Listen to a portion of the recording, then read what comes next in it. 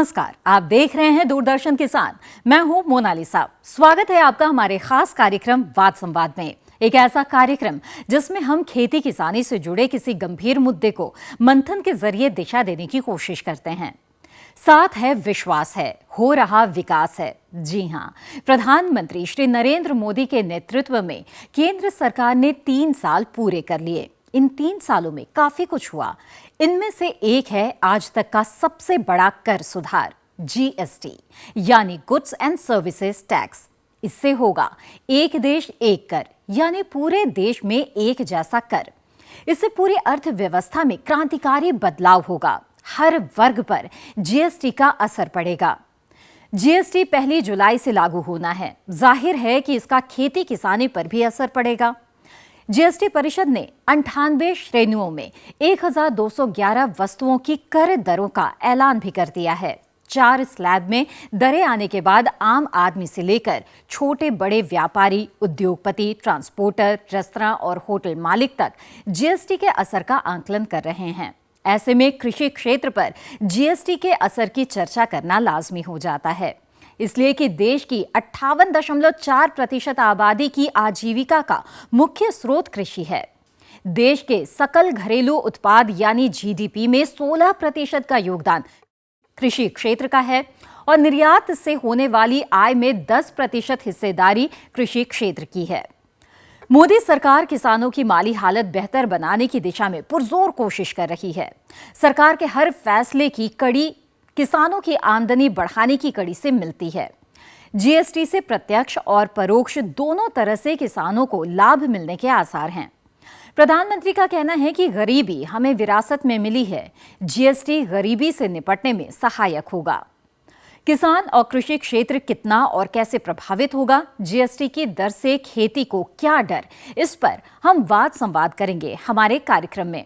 चर्चा के लिए स्टूडियो में हमारे साथ हैं केंद्रीय उत्पाद और सीमा शुल्क बोर्ड के प्रतिनिधि अपर आयुक्त श्री सचिन जैन, फिक्की से जुड़े अप्रत्यक्ष कर विशेषज्ञ Shri Sanjay Malhotra, PhD chamber of commerce की अप्रत्यक्ष कर समिति के अध्यक्ष श्री बिमल जैन, नमस्कार, वरिष्ठ आर्थिक पत्रकार और टाइम्स ऑफ इंडिया के बिजनेस एडिटर श्री सिद्धार्थ, और भारतीय किसान यूनियन के महासचिव श्री युद्धवीर सिंह। आप सभी का दूरदर्शन किसान पर स्वागत है। तो जीएसटी की दर से खेती को क्या डर, इस विषय पर वाद संवाद शुरू करने से पहले आइए देखते हैं ये रिपोर्ट।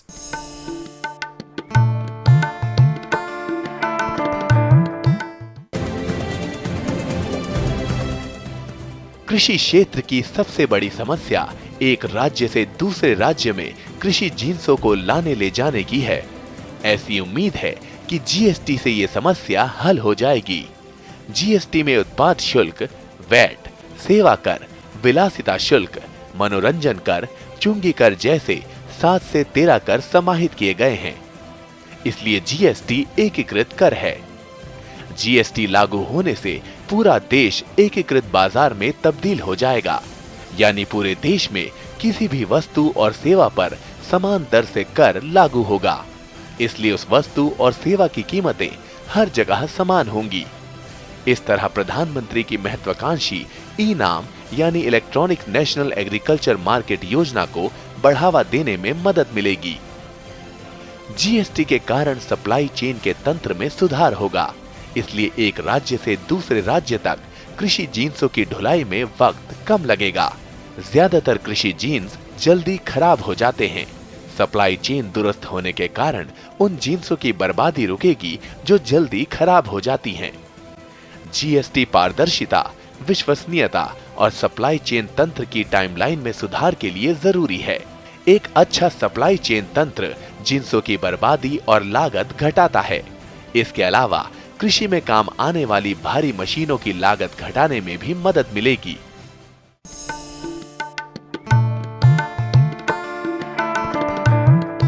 तो अभी आपने रिपोर्ट देखी। आम धारणा है कि जीएसटी लागू होने से कर चोरी रुकेगी और हर वर्ग को लाभ मिलेगा।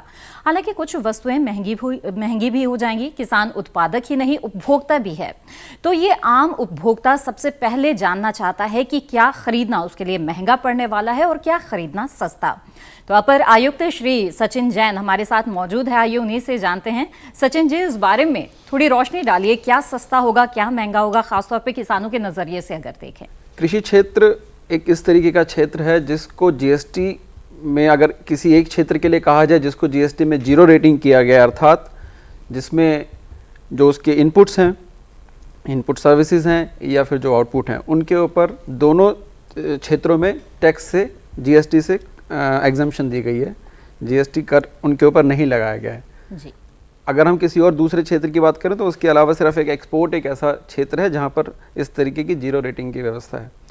तो दैट इज़ वेरी इंपॉर्टेंट। ये सबसे महत्वपूर्ण बिंदु है कि कृषि क्षेत्र को पूर्ण रूप से कर मुक्त करने के अथक प्रयास किए गए हैं इस जीएसटी के अंदर। ठीक है। दूसरा, जो जीएसटी के जो जीएसटी का एक मुख्य कारण था जीएसटी को लेकर आने का, वो था कर के ऊपर कर ना लगना, अर्थात कैस्केडिंग ऑफ टैक्सेस को अवॉइड करना। अभी तक कृषि क्षेत्र के अंदर अगर कोई इनपुट सर्विसेज या फिर इनपुट्स जो परचेज करते थे जिसके ऊपर अगर वैट लगा करता था बट उसका क्रेडिट नहीं मिलता था, या फिर अगर उनसे उदाहरण के तौर पे अगर कुछ मशीनरी कृषि क्षेत्र में के लिए खरीदी गई और उनके ऊपर अगर वैट लग रहा है तो उसका क्रेडिट नहीं मिलता था, या फिर उस मशीनरी मैन्युफैक्चरर को उसने जो भी गुड्स खरीदे हैं उनके ऊपर वैट पे करने के बाद, मगर मशीनरी के ऊपर जब उसने मशीनरी को सेल किया या मशीनरी को सप्लाई किया तो उन इनपुट्स के ऊपर उसको वैट का इनपुट क्रेडिट नहीं मिलता था। सिमिलरली अगर कोई रिटेलर है जो कि इन मशीनरी को सेल करने में इन्वॉल्व है, उसके ऊपर अगर एक्साइज ड्यूटी या सर्विस टैक्स किन्हीं सर्विसेज के ऊपर या किसी गुड्स के ऊपर अगर उसने उन पे पेड है तो उनका जो क्रेडिट है वो क्रेडिट उसको नहीं मिलता था। तो ये जो कैस्केडिंग ऑफ टैक्स की वजह से कुछ चीजें जो महंगी हो जा रही थी, जीएसटी में उनको ऊपर उनके लिए प्रयास किया जा रहा है जी कि वो कैस्केडिंग ऑफ टैक्सेस को अवॉइड किया जाए। ठीक है। इस तरीके से किसी भी वैट का क्रेडिट या एक्साइज का क्रेडिट या सर्विस टैक्स का क्रेडिट नाउ इनका क्रेडिट आपको अक्रॉस टैक्स मिलेगा। ठीक है। तो सिद्धार्थ जी, आप किस तरह से इस स्थिति को देख रहे हैं? ये जो एकीकृत कर लगाया जा रहा है जीएसटी, इसके बाद कृषि क्षेत्र में किस तरह का बदलाव आप आते हुए देख रहे हैं? जहाँ तक सामानों का एक स्टेट से दूसरे स्टेट, एक राज्य से दूसरे राज्य जाने की बात है, उस पे भी अभी क्लैरिटी नहीं है, क्योंकि जो एक ई वे बिल का जो प्रावधान रखा गया है जी जी। उसमें उसके हिसाब से 50,000 के ऊपर का कोई भी सामान यदि आप एक राज्य से दूसरे राज्य ले जाएं, चाहे वो गेहूं हो या दूध हो, एक ट्रक में, तो उसके लिए आपको एक ई वे बिल निकालने की आवश्यकता पड़ेगी। उस पे लोगों को काफी समस्याएं लग रही हैं, खास करके ग्रामीण क्षेत्रों पे जहां पे कनेक्टिविटी वगैरह की समस्या है। हम आगे चलकर विस्तार से चर्चा करेंगे। मोटे तौर पर इस वक्त हम समझने की कोशिश करते हैं कि किस तरह का असर कृषि क्षेत्र में पड़ने जा रहा है। विमल जी, आप इसे किस तरीके से देख रहे हैं? नई व्यवस्था है, इस नई व्यवस्था में छोटे और सीमांत किसानों को खास तौर पर कितना लाभ मिलता हुआ नजर आ रहा है? अगर आप मेरी राय जानना चाहें तो मुझे ये लगता है जीएसटी में जो एग्रीकल्चर सेक्टर है उसको बकायदा सपोर्ट करने की पूरी कोशिश की गई है। जी जी। अगर आप देखें एग्रीकल्चर से रिलेटेड एग्रीकल्चर प्रोड्यूस जिनको जीएसटी से बाहर रखा गया है, एग्रीकल्चरिस्ट को जीएसटी से बाहर रखा गया है। द इंडिविजुअल और HUF who is cultivating land, उसको एग्रीकल्चर से बाहर रखा गया है। ऑब्जेक्टिव ये है कि एग्रीकल्चर को सपोर्ट किया जाए। मुझे लगता है जीएसटी में ऐसे कई फायदे हैं जो हम डिस्कस कर रहे हैं कि मल्टीप्लिसिटी ऑफ टैक्सेस खत्म हो जाएगा, कैस्केडिंग खत्म हो जाएगा, डबल टैक्सेशन खत्म हो जाएगा, वन नेशन वन टैक्स कुछ है, लेकिन मुझे लगता है पूरी तरह से कोशिश की गई है एग्रीकल्चर को सपोर्ट किया जाए और एग्रीकल्चर को देश में आगे बढ़ाया जाए। इसी पर्पज से अगर आपने देखा हो एग्रीकल्चर प्रोड्यूस को और एग्जेम्प्ट 0 रेटेड कैटेगरी में रखा गया है। उससे रिलेटेड एग्रीकल्चर से रिलेटेड जितनी सर्विसेज हैं उनको भी जीएसटी से बाहर रखा गया है। कोशिश पूरी है कि एग्रीकल्चर पे टैक्स इंप्लीकेशन ना आए और इस सेक्टर को सपोर्ट मिले। जी, संजय मल्होत्रा जी, अभी कुछ चीजों पर सेनवेट या वैट बिल्कुल नहीं है और कुछ चीजों पर नाम मात्र 1-2% है। जीएसटी में वो चीजें छूट के दायरे में नहीं है। जाहिर है न्यूनतम 5% जीएसटी भी लगी तो वो महंगी हो जाएगी। क्या ये ऐसी चीजें मुद्रास्फीति बढ़ाएंगी? सो वो मल्टीप्लिसिटी ऑफ टैक्सेस खत्म करके एक टैक्स आ गया, जैसे वन नेशन वन टैक्स। विमल जी ने बिल्कुल ठीक कहा, मैं उनसे एग्री करता हूँ। साथ में मैं आपसे भी एग्री करता हूँ कि कई स्टेट्स में आज हमारे जो प्रोडक्ट्स हैं वो डिफरेंट रेट ऑफ टैक्स पे हैं। फॉर एग्जांपल किसान भाई कुछ मेरे से डिस्कशन कर रहे थे तो उनका क्वेश्चन आया कि जी फर्टिलाइजर जैसे है उस पर आज की डेट में एक्साइज ड्यूटी देखें तो 1% है, वैट देखें तो 4 या 5% है, जो कि इस नए जीएसटी में 12% की स्लैब में है। तो उन्होंने कहा कि क्या हमारा मीन्स कॉस्ट बढ़ जाएगी? तो ये क्वेश्चन है जो मीन्स अभी काउंसिल की 3 को बैठक है, बिकॉज 6% से ऑलमोस्ट 12% फर्टिलाइजर पे टैक्स होने का मतलब ये है कि यूरिया जो है सबसे ज्यादा यूरिया की कंजप्शन होती है। यूरिया की प्राइजेस सरकार कंट्रोल करती है, non urea related prices control सरकार नहीं करती। तो कहीं ना कहीं ये शंका नजर आ रही है कि यूरिया जो फर्टिलाइजर्स पे टैक्स 6 से 12 हो रहा है कि क्या वो मेरा प्राइस 300 से 400 रुपए पर टन तक यूरिया की बढ़ा देगा। ठीक है सचिन जी, मशीनों और उपकरणों का भी जिक्र जरूरी है। जैसे इस पर 12, 18 या 28% की दर से जीएसटी लगना है और ट्रांसपोर्टेशन पर भी 5% जीएसटी लगना है। इसका असर क्या पड़ेगा कृषि क्षेत्र पर? ये बहुत ही महत्वपूर्ण प्रश्न है जो कि कृषि क्षेत्र के अंदर ऑलमोस्ट सभी जगह से इसके बारे में आशंकाएं हैं जी।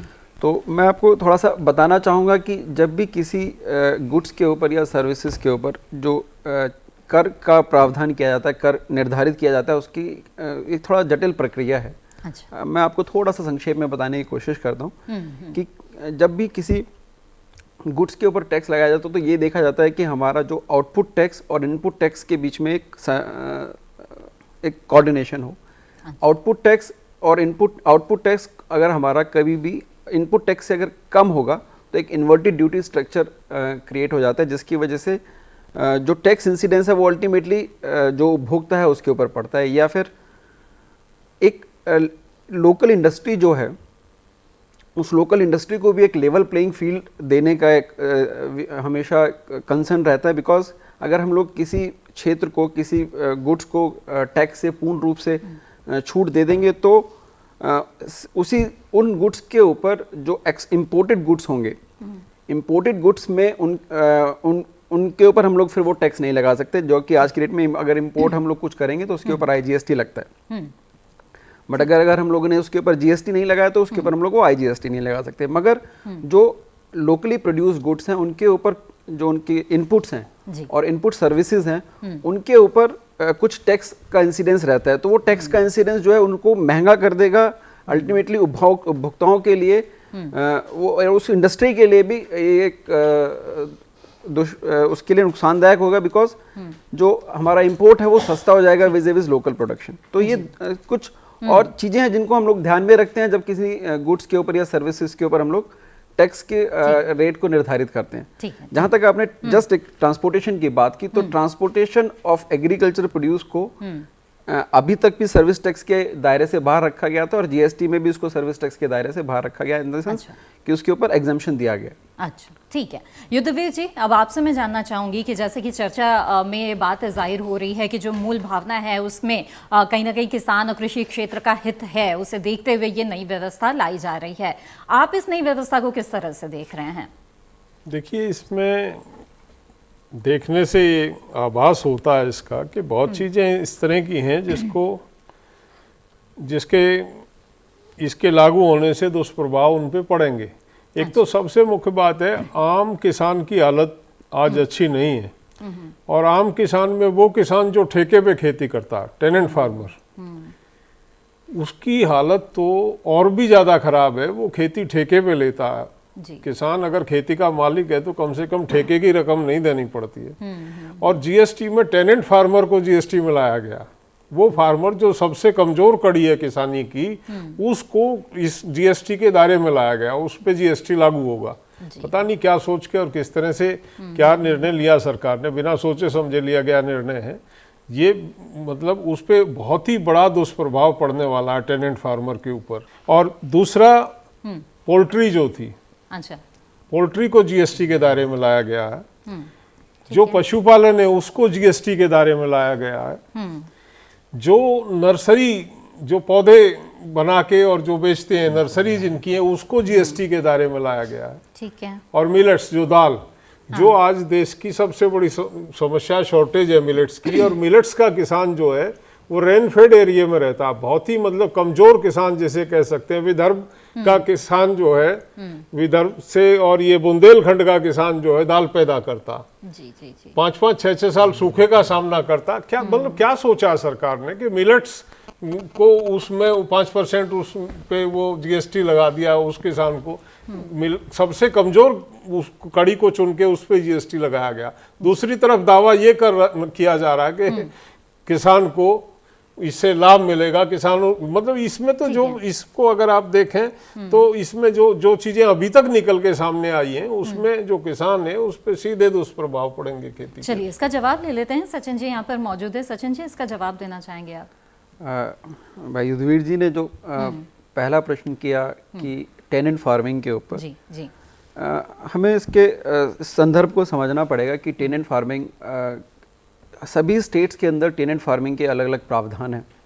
मैं सिर्फ कर प्रावधान की बात नहीं कर रहा हूँ, मैं अदरवाइज भी कहने की कोशिश कर रहा हूँ कि कुछ स्टेट्स ने टेनेंट फार्मिंग को कम्प्लीटली बैन करने के प्रावधान किए गए हैं। जीएसटी के अंदर जब भी हम लोग किसी टैक्स, जीएसटी बिकॉज एक एकीकृत कर है जिसके अंदर सभी राज्यों और सेंट्रल गवर्नमेंट का एक सहयोग के साथ ये किया जा रहा है, तो बिकॉज अलग अलग राज्यों के अंदर टेनेंट फार्मिंग के लिए अलग अलग प्रावधान थे, इस वजह से इस चीज़ को इसके ऊपर एक राय कायम करने के लिए अभी ऑलरेडी ये अंडर डिस्कशन हैं ये वाले इश्यूज। बट मैं एक और चीज़ आपके साथ साथ बताना चाहूँगा इसमें कि अगर किसी किसान ने, किसी एग्रीकल्चरिस्ट ने अपने लैंड को टेनेंट को फार्मिंग के लिए दिया और जिसके ऊपर टेनेंट फार्मिंग कर रहा है और वो टेनेंट उसको कंसिडरेशन के तौर पे शेयर जो है वो क्रॉप्स को शेयर करता है किसान के साथ या किसी, तो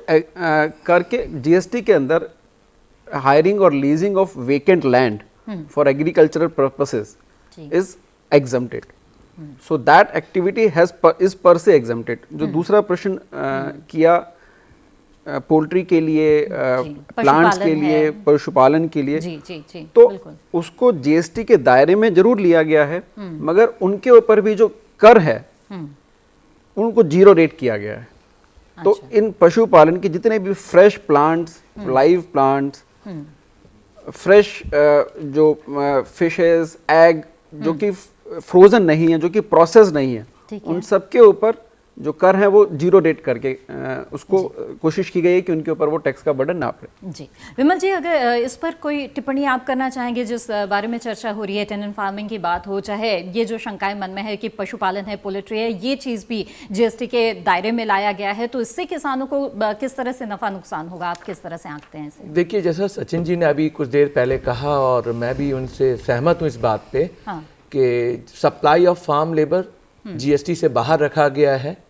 जहाँ तक हमने अदर एक्टिविटीज़ की बात की, पोल्ट्री और डेयरी फार्मिंग की, उसके ऊपर भी 0 रेटेड डाला गया है। थर्ड, जो सीरियल्स दालों की जो बात हुई, मैं मानता हूँ ब्रांडेड दालों के ऊपर 5% के रेट तय किए गए हैं, लेकिन ये यहाँ पे स्टोरी ख़त्म नहीं होती है। अगर कहीं भी हमें लगता है, क्योंकि मनसा बहुत क्लियर है, गवर्नमेंट ये नहीं चाहती कि एग्रीकल्चर को हम प्रमोट नहीं करना चाहते या हम सपोर्ट नहीं करना चाहते। हमारा टेक ये होना चाहिए, जो रेट डाले गए हैं और हमें लगता है कि रेट हमारे हिसाब से सही नहीं है, हमें जीएसटी काउंसिल को प्रेजेंट करना चाहिए। जैसे यूरिया एक इम्पॉर्टेंट फर्टिलाइजर है एग्रीकल्चर के लिए, अगर उस पर 12% लगेगा तो वाकई एग्रीकल्चर को हिट करेगा, क्योंकि फार्मर बेचारा यूरिया परचेज करेगा, 12% देगा तो उसकी प्राइसिंग में वो ऐड करता है। तो इसको हमें रिप्रेजेंट करना चाहिए जीएसटी काउंसिल को और बताना चाहिए कि ये 12% ना रखा जाए या ये 5% सीरियल्स पे ना रखा जाए। लेकिन जो भ्रांतियां हैं कि जैसे हमने कहा कि टेनेंट फार्मिंग के ऊपर जीएसटी लगेगा, तो वो नहीं है, जैसा सचिन जी ने अभी एक्सप्लेन किया। लेकिन अगर आप एग्रीकल्चरल्स की डिफिनीशन देखें जो जीएसटी में दी गई है, वो कहता है बाय इंडिविजुअल एंड एचयूएफ तो एक सस्पिशन अभी भी है कि apart from individual and HUF cooperative society होती हैं जो फार्मिंग करवाती हैं, क्या वो जीएसटी के दायरे में आएंगी? सचिन जी से मैं ये जानना चाहूंगा। तो ऐसी कई चीजें हैं जहां हमारे रिप्रेजेंटेशन है जिनको करेक्ट किया जा सकता है, and I am hopeful government positive है और वो चाहती है ये सारी चीजें करेक्ट हों। चलिए आपके सवाल का भी जवाब ले लेते हैं सचिन जी। धन्यवाद विमल जी। आपने दो चीज़ों के ऊपर प्रकाश डाला। पहली चीज़ जो आपने ब्रांडेड दालों की बात की या ब्रांडेड प्रोड्यूस की बात की, तो मैं आपके या फर्टिलाइजर्स की बात की जी। तो हमें अभी तक हम लोग देख रहे थे कि हमारे पास एक्चुअल जो टैक्स है, जिसको प्रत्यक्ष रूप से जो टैक्स दिख रहा था वो 5% या 6% था जी। मगर अगर हम उसका परोक्ष रूप से देखें कि उसका एक्चुअल इंसिडेंस क्या पड़ता था, बिकॉज फर्टिलाइजर्स जो मैन्युफैक्चरर हैं उन्होंने कुछ जो मटेरियल परचेज किए उनके ऊपर जो वैट लगता था, उस वैट का क्रेडिट उनको वो अवेलेबल नहीं होता था।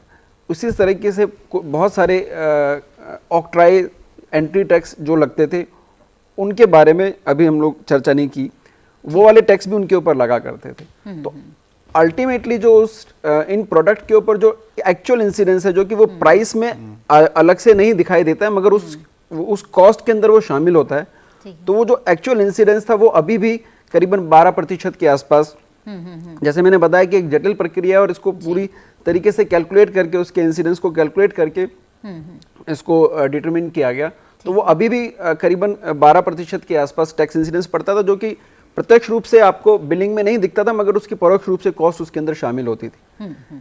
आपका जो दूसरा प्रश्न था कोऑपरेटिव फार्मिंग के लिए, वो एक इशू है कि हम एग्रीकल्चरिस्ट के दायरे में हम लोगों ने एचयूएफ को और इंडिविजुअल को रखा है, उसको हम लोगों ने रजिस्ट्रेशन की प्रक्रिया से ही दूर कर दिया कि उनको रजिस्ट्रेशन लेने की आवश्यकता नहीं है। मगर मैं साथ साथ आपको ये बताना चाहूँगा कि अगर कोऑपरेटिव फार्मिंग, कोऑपरेटिव सोसाइटीज़ किसी के थ्रू अगर फार्मिंग करा रही हैं तो उस तरीके की जो उनको सर्विसेज मिल रही हैं, उन सर्विसेज के ऊपर तो आप जानते हैं कि उन सर्विसेज के ऊपर टैक्स नहीं लगाया गया, उन सर्विसेज को एग्जम्प्ट रखा गया।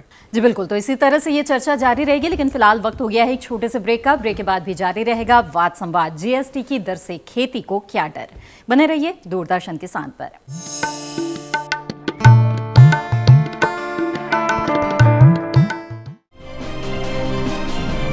बीमारियों से कैसे बचेगी फसल? मवेशियों की मुश्किलों का क्या है हल? कहां से लाए बीज, कितनी लगेगी खाद? किसानों के हर फोन का विशेषज्ञ देंगे जवाब। देखिए हेलो किसान, सोमवार से शुक्रवार शाम 6 बजे।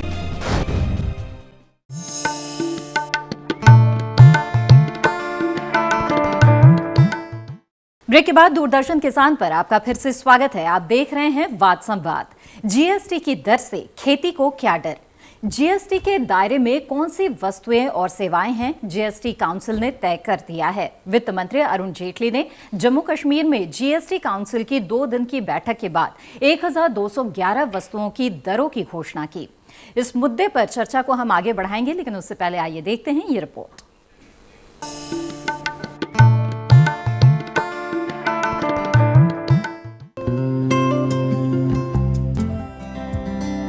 किसान की आमदनी बढ़ाने के लिए 2 शर्तें हैं। उपज की लागत कम हो और फसल के अच्छे दाम मिल जाएं। सरकार ने ई-नाम यानी इलेक्ट्रॉनिक नेशनल एग्रीकल्चर मार्केट योजना किसान को अच्छे दाम दिलाने के लिए शुरू की है।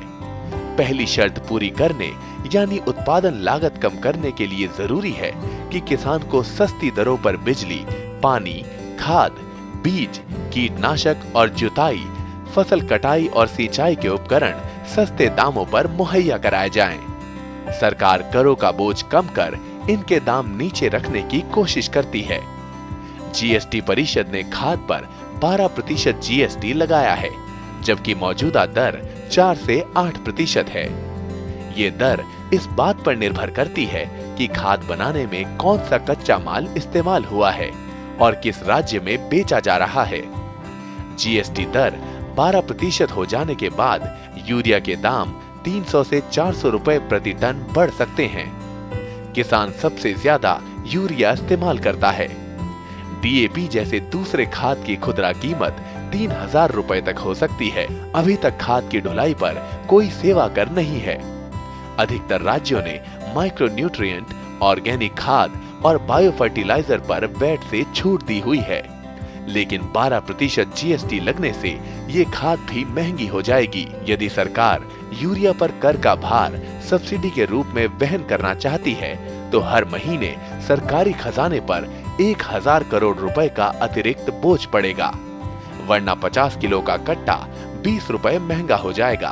फिलहाल यूरिया के दाम सरकार नियंत्रित करती है और इस समय करीब 5630 रुपए प्रति टन है। बाकी खाद सरकार के नियंत्रण में नहीं है।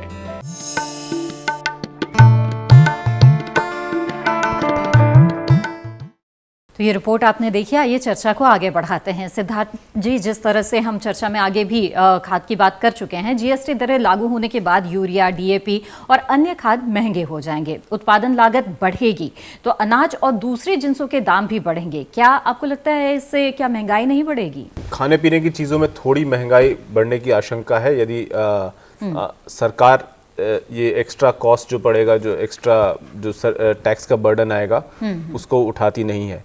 यदि सरकार उसको सब्सिडी के अंतर्गत ले लेती है तो सरकार के खजाने पे थोड़ा असर पड़ेगा जी। पर जैसा कि अभी तक आश्वासन दिया गया है कि सरकार हर कोशिश करेगी कि खाने पीने के पदार्थ और अन्य जो ज़रूरी चीज़ें हैं उनकी दाम ना बढ़ाई जाए, तो हम आगे देखते हैं कि क्या करती है सरकार। जी युद्धवीर जी, जैसे कि चर्चा में भी ये बात सामने आती है और हमने देखा भी है कि सरकार की मंशा यही है कि जो किसान है उसकी लागत कम हो, और इसके लिए कई कदम सरकार उठाती भी रहती है।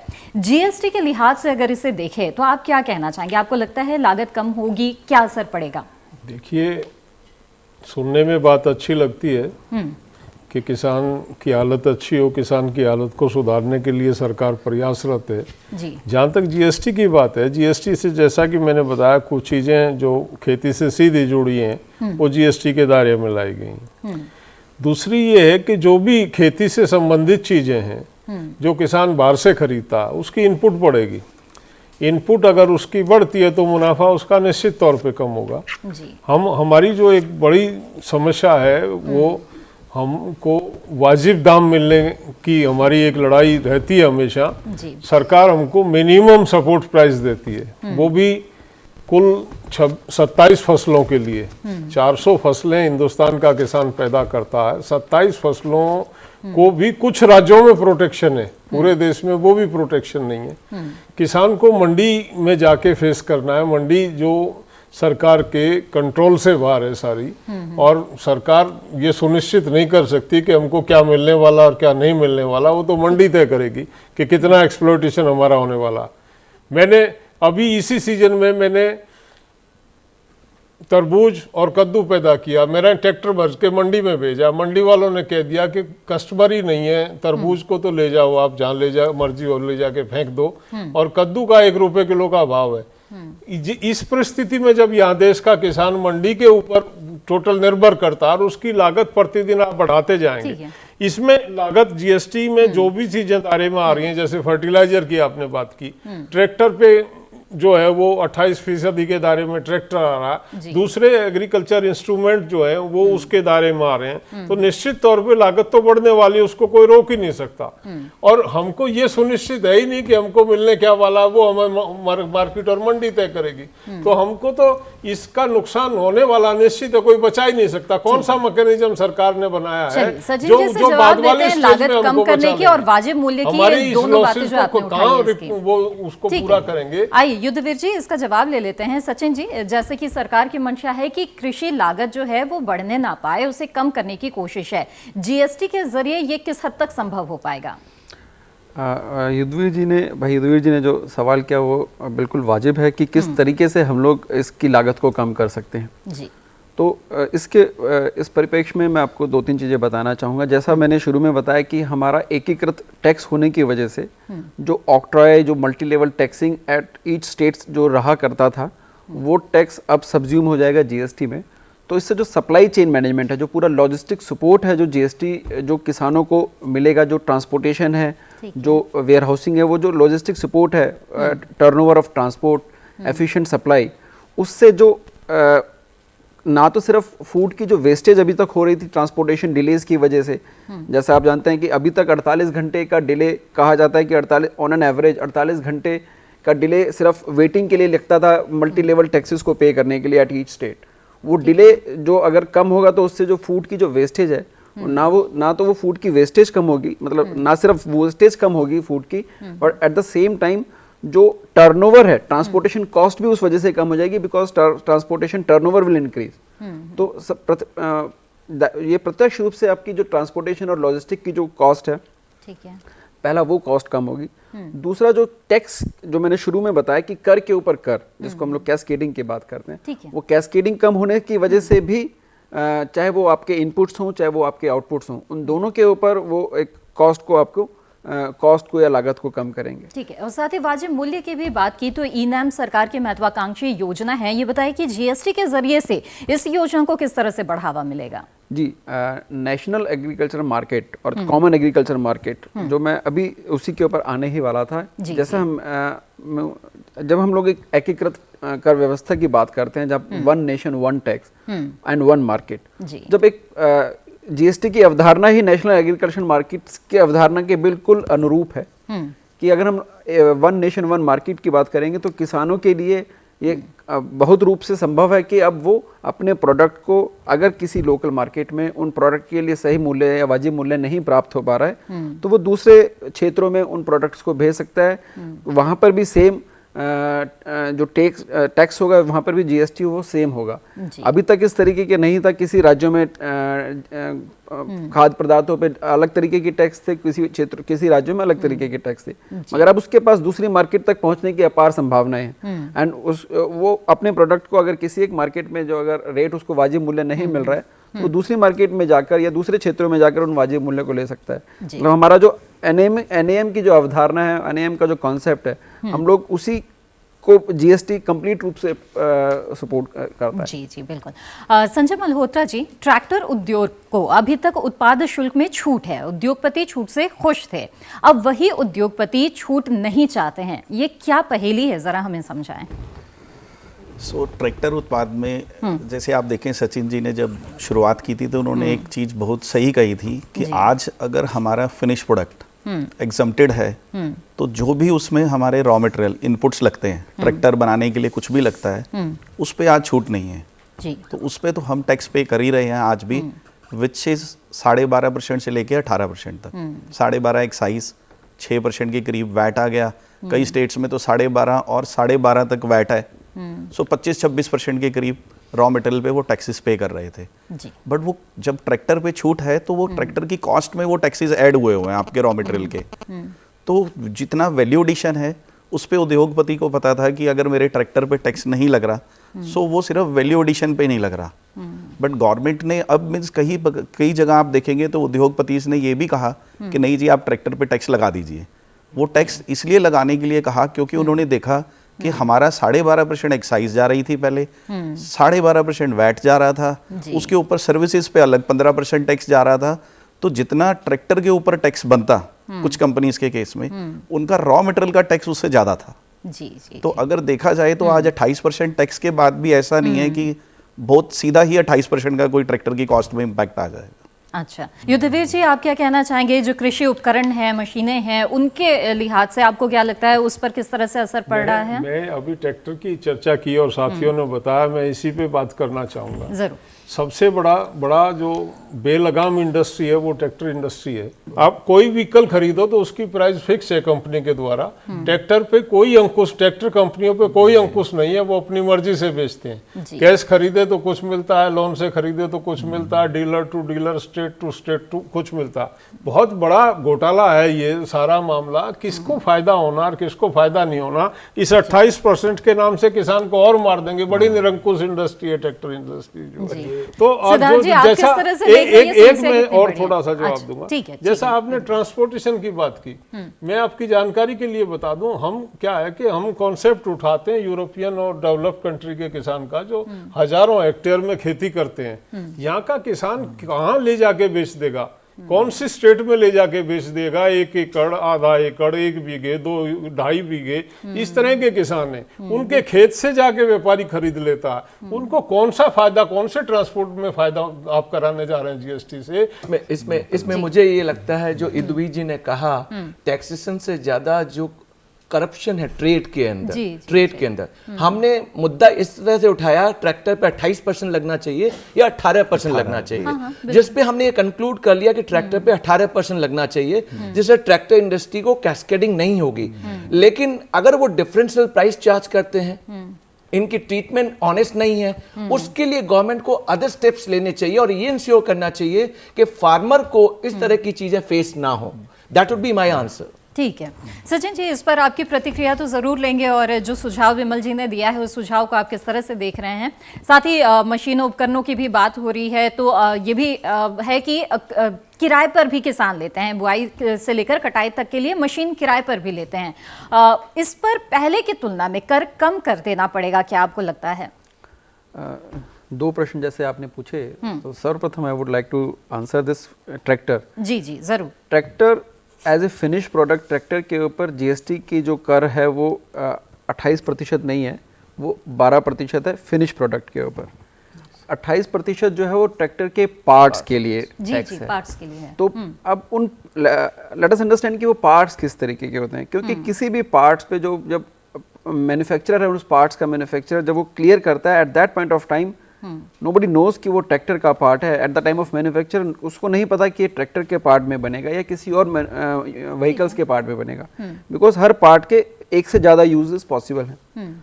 तो अगर हम किसी एक पार्ट को ऐसे स्पेसिफाई नहीं कर सकते कि इस पार्ट के ऊपर 18% कर दिया जाए बिकॉज ये ट्रैक्टर के लिए जाएगा, बिकॉज मैन्युफैक्चरिंग के टाइम पर, सप्लाई के समय पर इसका करना बड़ा एडमिनिस्ट्रेशन इज वेरी डिफिकल्ट, जटिलताएं होंगी उसमें, दैट इज फर्स्ट थिंग। जी एट द सेम टाइम, जैसा मैंने बताया, क्योंकि अगर उस ट्रैक्टर मैन्युफैक्चरर ने जिन भी रॉ मटेरियल या जिन पार्ट्स के ऊपर, जो पार्ट्स उसने कहीं से प्रोक्योर किए हैं, कहीं से उनको सप्लाई होकर आए हैं, उनके ऊपर जो उसने टैक्स पे किया है उसका उसको क्रेडिट मिल जाता है। ठीक है। अल्टीमेटली जो टैक्स बर्डन जो फिनिश प्रोडक्ट के ऊपर है वो 12% रखा गया है। आज की डेट में भी जो एक कैलकुलेट किया गया, पूरी ट्रैक्टर इंडस्ट्री के जो डेटा को लेकर कैलकुलेट किया गया, तो ये पाया गया कि उसके ऊपर इंसिडेंस ऑफ टैक्स से मतलब है उसके जो इनपुट्स और इनपुट सर्विसेज के ऊपर जो अल्टीमेट टैक्स पड़ता है वो करीबन 31% था।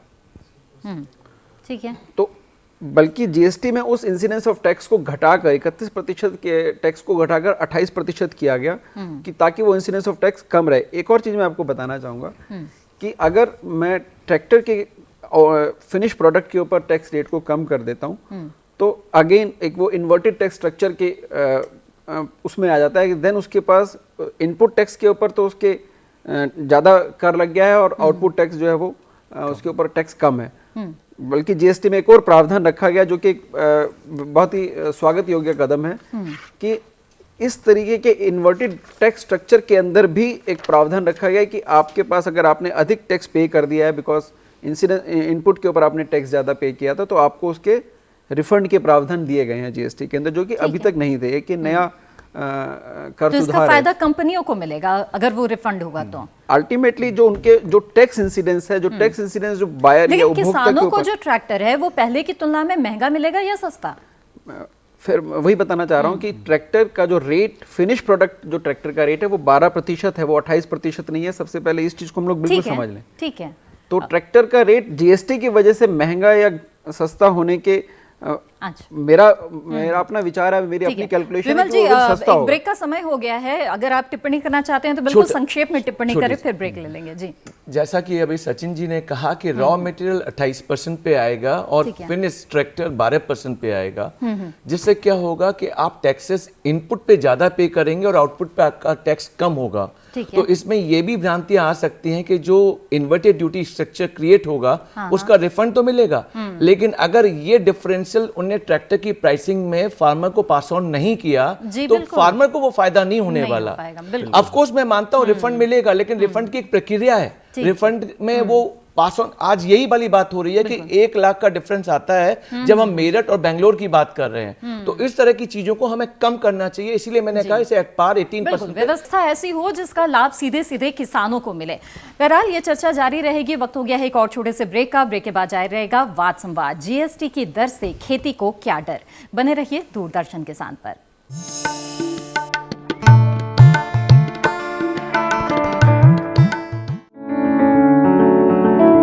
महका महका घर आंगन, हरियाली से खिलेगा तन मन। छत पर छोटी सी बगिया, जरूरत भी पूरी, शौक भी पूरा। देखिए छत पर बागवानी, शनिवार सुबह 9 बजे।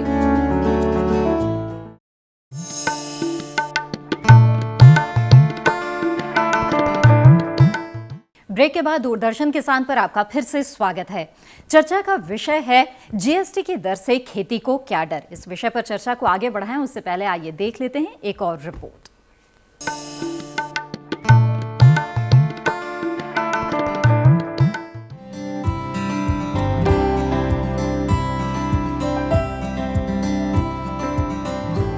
कृषि जिन्सों की ढुलाई का मुद्दा हमेशा अहम रहा है।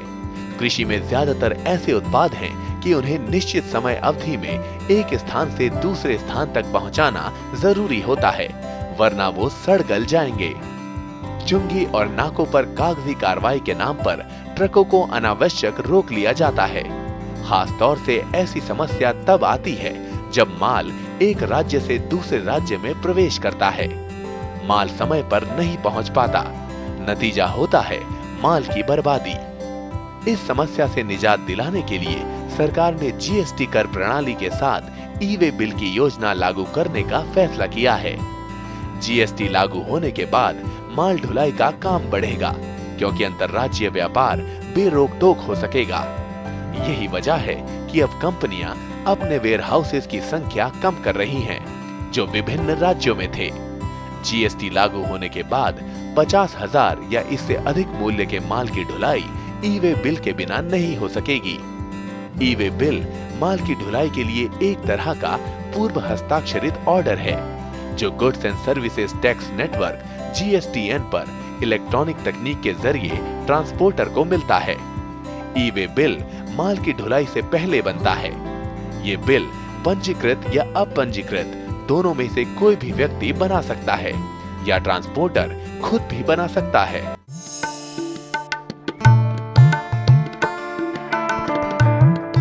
जहाँ तो ये रिपोर्ट देखिए, आइए चर्चा को आगे बढ़ाते हैं। सचिन जी, ई वे बिल से अंतर्राज्यीय व्यापार में आने वाली अड़चनें दूर होंगी, पूरा देश एकीकृत बाजार की शक्ल ले लेगा, किसानों को फायदा मिलेगा, लेकिन छोटे ट्रांसपोर्टरों के लिए क्या बड़ी समस्या खड़ी हो सकती है, जिसका कि देर सवेर माल ढुलाई पर जाकर असर पड़े? ई वे बिल एक नई अवधारणा है जिसके ऊपर सरकार ने काफ़ी विचार विमर्श के बाद इसको लागू किया, मगर अभी भी इसको पूर्ण रूप से लागू नहीं किया कहा जा सकता, बिकॉज अभी इसके ऊपर चर्चा और विचार विमर्श चल रहा है। ठीक है। और कुछ अमेंडमेंट, कुछ इम्प्रूवमेंट्स हमें उम्मीद है कि भविष्य में इनके ऊपर आ सकते हैं। जहाँ तक बात है छोटे ट्रांसपोर्टर्स की या छोटे किसानों की, तो आप अभी भी जानते हैं कि 50,000 से ऊपर के लिए ही ई वे बिल की अवधारणा है। तो छोटे जो ट्रांसपोर्टेशन है उनके ऊपर तो कोशिश किया गया है कि उनके ऊपर इस तरीके की ई वे बिल की रिस्ट्रिक्शंस ना रहे। जी जी, बिल्कुल। सिद्धार्थ जी, आपको क्या लगता है ये ई वे बिल का जो कॉन्सेप्ट लाया जा रहा है, ये जो व्यवस्था है, इसको आप किस तरह से देख रहे हैं और इससे क्या प्रभाव पड़ेगा? और अगर कोई सवाल और आप सचिन जी से पूछना चाहते हैं तो पूछ सकते हैं इस कार्यक्रम में। देखिए, इरादा तो नेक है, एक ई वे बिल लाके सुगम करने की सारी कोशिश है कि सारा सिस्टम सुगम किया जाए। जी। पर जिस तरीके से इसका अभी जो ड्राफ्ट रूल्स में जो प्रावधान है उससे जटिलता बढ़ेगी। आज की डेट 50,000 का जो थ्रेशोल्ड रखा गया है वो बहुत ही लो है। यदि आप देखें तो आज की डेट पे एक आईफोन लेके अगर कोई आदमी यहाँ से वहां जाएगा तो उसको भी एक ई-वे बिल निकालना पड़ेगा। उसी तरीके से थोड़ा सा आप अनाज लेके चलेंगे तो ई-वे बिल निकालना पड़ेगा, और छोटे जगहों पे कनेक्टिविटी हो ना हो वो समस्या है। तो एक प्रस्ताव ये आ रहा है कि कृषि पदार्थों को इससे एग्जेम्प्ट कर दिया जाए, उससे किसानों को थोड़ी आसानी होगी। पर ये एक ऐसा दूसरा सिस्टम बनाना पड़ेगा कि उनको आगे जब वो सामान लेके जा रहा हो ट्रांसपोर्टर तो उसको परेशानी ना हो। और जहां तक ये कहा जा रहा है कि वन नेशन वन टैक्स होगा, टैक्स तो आपने एक कर दिया, पर बॉर्डर पे अभी भी लोकल अथॉरिटी जो है वो चेक पोस्ट लगाएगी जहां पे आपके ट्रक रुकेंगे, जहां आपके ट्रैक्टर रुकेंगे, और कितने देर रुके वो किसी को जानकारी नहीं है। युद्धवीर जी, क्या आप भी कोई सवाल पूछना चाहेंगे सचिन जी से इस पूरी व्यवस्था के बारे में? देखिए, मेरा इसमें यही है, इसमें जो सचिन जी से मेरा कि इसमें 50,000 कोई रकम नहीं है। आज क्या होता है कि किसान मैंने कहा बहुत दूर नहीं जाता है, लेकिन किसान नज़दीक के स्टेट में जैसे नजफगढ़ और नरेला मंडी दिल्ली में है, हरियाणा का तमाम किसान जो है अपनी फसलें नरेला और नजफगढ़ लेके आता, क्योंकि उनके 10-20 किलोमीटर पे पड़ती है। एक ट्रॉली अनाज कोई लेता है और उसकी वैल्यूएशन 1 लाख की है, वो इतना कॉम्प्लिकेटेड हो जाएगा। एक ट्रॉली सब्जी लेके आता है, उसकी वैल्यूएशन कौन तय करेगा? उसको इतना झमेला उसकी जान को खड़ा होने जा रहा है, जाने वाला है इसकी सब की वजह से। ऐसे ही मुजफ्फरनगर का किसान पानीपत में अपना सामान बेचता है, बागपत का किसान सोनीपत की मंडी में ले जाता है, सोनीपत का किसान अब की दफे पहले अमूमन होता था यूपी का गन्ना हरियाणा के मिलों में आता था, अब की दफे हरियाणा की मिलों की स्थिति ठीक नहीं थी तो हरियाणा का गन्ना मुजफ्फरनगर के कांदला और उसमें नज़दीक में गया। और अगर ये इस तरह का होने लगा और वो जो वही चुंगियाँ बैठ गई और वैल्यूएशन और उस पर हो इतना कॉम्प्लिकेटेड हो जाएगा, इसको बिल्कुल एग्जेम्प्टेड रखने की ज़रूरत है। पहले जो एक प्रक्रिया चल रही थी किसान नज़दीक की स्टेट्स में कैरी करके, क्योंकि परिस्थिति बदलती है, मार्केट कई दफ़े किसी स्टेट में पिटी होती है, कहीं दूसरी स्टेट में मजबूरी होती है किसान का ले जाना, ये सब रुक जाएगा। इतने कॉम्प्लिकेटेड हो जाएंगे इससे। 50,000 कोई रकम है ही नहीं आज के। ठीक है, सचिन जी को जवाब देना चाहेंगे आप इस बारे में? जैसा मैंने शुरू में कहा कि सरकार इसमें जितने भी स्टेक होल्डर्स हैं, जितने भी इंडस्ट्री और एग्रीकल्चर से रिलेटेड जो भी स्टेक होल्डर्स हैं, उनके साथ चर्चा में है। इसके ऊपर अभी भी विचार विमर्श चल रहा है। जो हमारे जो थिंक टैंक है वो उस पर काम कर रहा है, तो मुझे उम्मीद है कि निश्चित नियर फ्यूचर में इसके ऊपर कुछ ना कुछ और सुधार की गुंजाइश इसमें नजर आ रही है। संजय जी, जी विमल जी, आप कुछ पूछना चाहेंगे? नहीं, मैं पूछना नहीं, मैं इसमें ऐड करना चाहूँगा madam. Transportation of agriculture produce को जीएसटी से बाहर रखा जा रहा है, तो मुझे इम्प्लीकेशन यही लग रहा है कि जहां भी हम ट्रांसपोर्टेशन ऑफ एग्रीकल्चर प्रोड्यूस की बात करेंगे, ई वे बिल उनके लिए एप्लीकेबल नहीं होगा, जो मुझे लग रहा है। क्योंकि ये ड्राफ्ट रूल है, हो सकता है 3 जून की मीटिंग के बाद ये तय हो जाए, लेकिन जब उन्हें ट्रांसपोर्टेशन पे आपका जीएसटी नहीं लगाया, तो मैं संभवतः यही मान के चलता हूं कि आपको ई वे बिल की रिक्वायरमेंट नहीं होगी जब आप ट्रांसपोर्टेशन ऑफ एग्रीकल्चर प्रोड्यूस की बात करेंगे। जी जी, विमल जी, लगे हाथ तो कोई सुझाव अगर आप देना चाहें इसके जो असर है कृषि क्षेत्र में उसे देखते हुए, या कि कुछ शंकाएं अभी भी मन में अगर बची हुई है जीएसटी की व्यवस्था से, तो वो भी आप पूछ सकते हैं। मेरा पहला सुझाव ये रहेगा कि यूरिया के ऊपर जीएसटी की रेट को जरूर देखा जाए, क्योंकि यूरिया के ऊपर इफेक्ट पड़ने वाला है। 4 से 8% का इनडायरेक्ट टैक्स इंसिडेंस है। अगर आप यूरिया को 12% में लेके जाते हैं तो जरूर इसका प्रभाव डायरेक्टली एग्रीकल्चर पे पड़ने वाला है। दूसरा, ट्रैक्टर के ऊपर बातचीत हुई और ट्रैक्टर को 12% की बात की गई, लेकिन रॉ मटेरियल जो इनपुट होगा वो 28% पे होगा। लेकिन आप ट्रैक्टर इंडस्ट्री में देखिए, सीकेडी कंडीशन और एसकेडी कंडीशन में मूवमेंट होता है, तो इसके भी इम्पैक्ट आने वाले। इन्वर्टेड ड्यूटी स्ट्रक्चर हम बनाएं क्यों? हम रेट को कुछ इस तरीके से तय करें जिससे फाइनल प्राइसिंग पे फार्मर को इफेक्ट ना हो। ये दूसरा सुझाव होगा। तीसरा सुझाव मेरा एग्रीकल्चर के लिए ये होगा, जो जीएसटी हम चाह रहे हैं, जीएसटी से कोई डायरेक्ट इनडायरेक्ट इम्पैक्ट प्राइसिंग में नहीं होना चाहिए। बट चूंकि युद्धवीर जी ने कई पॉइंट रेज किए, मिनिमम सपोर्ट प्राइस, हमें मंडी में जाना पड़ता है जहाँ पे हमें प्राइस नहीं मिलती है, जहाँ गवर्नमेंट से उनकी अदर एक्सपेक्टेशन है, वहाँ पे भी गवर्नमेंट को आगे बढ़ के आना चाहिए और ये इंश्योर करना चाहिए एग्रीकल्चर जो इम्पोर्टेंट सेक्टर है वहाँ हम इसको सपोर्ट करें और एग्रीकल्चर को आगे लेके जाएं। संजय मल्होत्रा जी, आप क्या कहना चाहेंगे? मैं विमल जी से बिल्कुल मीन्स एग्रीमेंट में हूँ। सबसे पहले तो एग्रीकल्चर प्रोड्यूस टैक्स फ्री है तो ई वे बिल से इसे बाहर रखा जाना चाहिए। ठीक। दूसरी चीज़ आपने सही कही कि छोटे ट्रांसपोर्टर्स हैं उनको क्या दिक्कतें आएंगी। तो ई वे बिल में जो प्रावधान है उसमें यह है कि अगर कोई अनरजिस्टर्ड डीलर मीन्स किसी ट्रांसपोर्टर को, छोटे ट्रांसपोर्टर या कोई भी ट्रांसपोर्टर को मटेरियल देता है आगे ट्रांसपोर्टेशन के लिए, तो अनरजिस्टर्ड वो जो ई वे बिल है, ई वे बिल बनेगा जीएसटी पोर्टल पे। अगर अनरजिस्टर्ड डीलर है वो ई वे बिल बना नहीं पाएगा पोर्टल पे। अच्छा। ट्रांसपोर्टर जो है छोटा, उसके पास इंफ्रास्ट्रक्चर नहीं है उतना, फिर उसके लिए भी दिक्कतें आएंगी कि ई वे बिल कैसे बनाऊं। ई वे बिल अगर एक ट्रांसपोर्टर ने बना दिया इंफ्रास्ट्रक्चर रख के, छोटे ट्रांसपोर्टर ने, गाड़ी जब रास्ते में ख़राब हो गई, गाड़ी जब चेंज होगी तो दोबारा मीन सिस्टम ये डिफाइन किया हुआ है कि पहले आपको पुराना ई वे बिल क्लोज करना पड़ेगा तब आपका नया ई वे बिल बनेगा।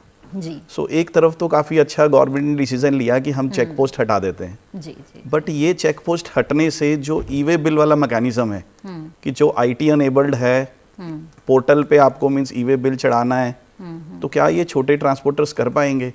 उनको यही आशंका है कि हमारा बिजनेस हो सकता है आने वाले टाइम में कम हो जाए जी। और ऑर्गेनाइज ट्रांसपोर्टर्स का बिजनेस बढ़ जाए। जी। तो इन सभी सुझावों और शंकाओं पर हम सचिन जी से आखिरी टिप्पणी ले, उससे पहले मैं चाहूंगी युद्धवीर जी, किसानों के नजरिए से कुछ और बातें अगर आप रखना चाहते हैं तो संक्षेप में रखें। नहीं, उसमें मेरा तो सरकार से ये अपेक्षा हम रखते हैं कि सरकार मतलब किसान एक तो टेक्नोलॉजी फ्रेंडली नहीं है, उसको कोई उसके पास उस तरह के ना संसाधन है ना उसके पास नॉलेज है। उसको अगले 50 साल में शायद उसकी ये जनरेशन तो समझ सकती नहीं है उसे, और वो उसमें वो निकल ही नहीं सकता। अगर वो फंस गया उसमें तो उसको पूरी तरह इस सारे प्रोसेस से बाहर रखा जाए। जो भी एग्रीकल्चर गुड्स हैं उन पे जो है एग्जेम्प्टेड हो ये सारा, किसी किस्म का किंतु परंतु फार्म रिटर्न ये वो ना हो। मंडी मार्केट में जिस तरह का गवर्नमेंट चाहे वो एक व्यवस्था बना सकती है, लेकिन किसान इन फॉर्मेलिटीज से नहीं गुजर सकता, सक्षम नहीं है।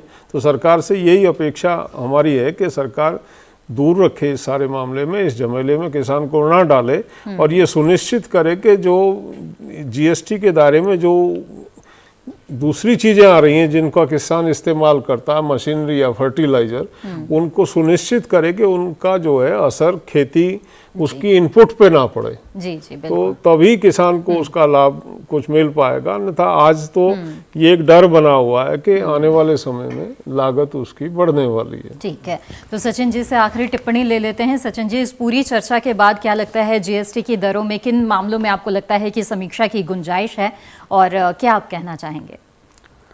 मैं भाई युद्धवीर जी को पूर्ण विश्वास दिलाना चाहता हूं कि सरकार अपनी तरफ से पूर्ण रूप से प्रयासरत है कि GST और कृषि क्षेत्र को GST के अंदर जीरो रेटेड किया गया है, चाहे वो उसके इनपुट सर्विसेज हों या फिर वो आउटपुट सर्विस इनपुट्स हों या आउटपुट्स हों, उनको अधिकतर पूर्ण कोशिश की गई है कि उनके ऊपर GST के टैक्स ना लगें। कुछ इनपुट्स ऐसे हैं जिनके ऊपर अभी भी एग्जिस्टिंग रिजीम के अंदर भी उनके ऊपर टैक्स लग रहे थे, तो उन्हीं गुड्स के ऊपर या उन्हीं सर्विसेज के ऊपर टैक्स की व्यवस्था है GST के अंदर भी। जहाँ तक बात है फर्टिलाइज़र के लिए जो मुझको बोला गया, मैं आपको बताना चाहूँगा कि हमें लॉन्ग टर्म इंटरेस्ट को ध्यान में रखते हुए कार्य करना है, हमें शॉर्ट टर्म बेनिफिट्स को ना देखें। 5% की जो दर का जो सुझाव है, अगर आप देखें कि 5% दर अगर हम लोग फर्टिलाइजर्स पे लगा देते हैं जिसके ऊपर incidence of tax, input tax की जो कॉस्ट है वो अगर उससे ज़्यादा है, 8% है या 10% है, तो हमारा जो लोकल इंडस्ट्री है फर्टिलाइज़र की, उसको इम्पोर्टेड फर्टिलाइज़र से कॉम्पीट करना मुश्किल होगा। अच्छा। तो हमें ये भी ध्यान रखना है कि मेरा जो मेक इन इंडिया का जो हमारा नारा है, हमारी जो अवधारणा है, उसको हम लोग कहीं उसको फेलियर ना हो जाए उसके अंदर। जी।